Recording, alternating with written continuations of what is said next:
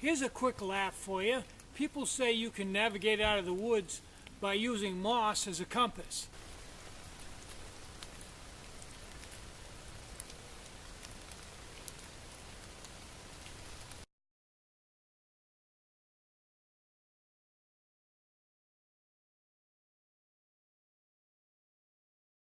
Today I'm out in a canvas garage that I did use to store my firewood.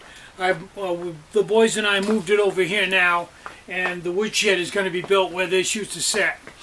But sitting here, it's raining out right now and it's overcast and it's cold. It's like 48 degrees. So sitting here in this chair, it reminds me of hiking the AT and waking up in the morning in a shelter. Now, let me give you a little insight. This is an interesting story. After hiking 10 miles over some extremely rough ground, most of it uphill, through a lot of bog, I wake up the next morning and I slept the night on one of those Thermarest compact pads with a ultralight sleeping bag. So when I woke up, I discovered that the ultralight pad that I opted for, because it was lightweight and would really cut down on my base load, was a lot like sleeping right on the ground with no pad at all. I was in a shelter with a board floor and I felt every crack in the floor all night long. My ultralight sleeping bag that was supposed to be good for 30 degrees, I don't know, maybe I'm just a cold sleeper, but it was 50 that night and I almost froze to death.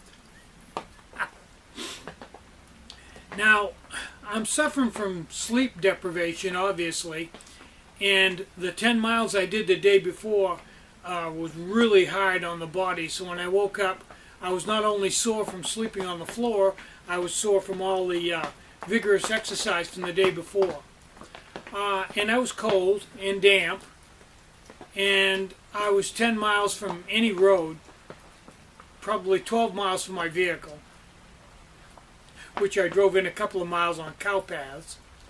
And I knew that I had to get out of the sleeping bag and put on some more clothes and then walk a quarter of a mile in the rain up over the side of a hill to an outhouse with no toilet paper that stunk to high heaven and was wet and damp. And those outhouses on the Appalachian Trail don't have nice seats on them. It's just a board with a hole cut in it. Then I was going to have a delicious and nutritious breakfast of fat-free bacon and eggs eaten out of a plastic bag. And once I gathered up all my stuff and compressed it as much as I could and got it back in my backpack, I was then going to walk another 10 miles, mostly uphill over extremely tough terrain, and that evening sleep in another shelter in the rain, just like I did that last night. In my opinion, I've watched the Appalachian Trail over the years, and I've noticed that in my area it seems to be less traveled. Paths that used to be beaten right down, now there's actually grass growing on them. And that tells me that there aren't nearly as many people walking over those paths as there used to be. Some of it is local people doing day hikes, and some of it is through hikers. But I don't know the numbers, but I think in my area, and if there's less through hikers in my area, and they truly are through hikers, it should be everywhere on the Appalachian Trail. I think there's less of them. Now, with the invention of the modern hammock and all the materials that went into making it, a phenomenon is taking place. Now people can go to an area and sleep very comfortably at night in a hammock. They don't need to pitch a tent and lay on a lousy ground pad. They can actually have a very good night's sleep in a good hammock. And that has spawned what they call hangs, where people drive up with their car to a spot that's well suited to pitching hammocks, an area of open growth, preferably with a gravel road in it to park your car, and they open the trunk of their car up and take out some very nice, comfortable hammocks, which by backpacker standards would be heavy. full length down quilts, 0-degree down quilts, full length heavy down sleeping bags, tarps and frying pans and pots full of casseroles and all kinds of stuff. And they get together at a picnic table and all sit around and enjoy each other's company.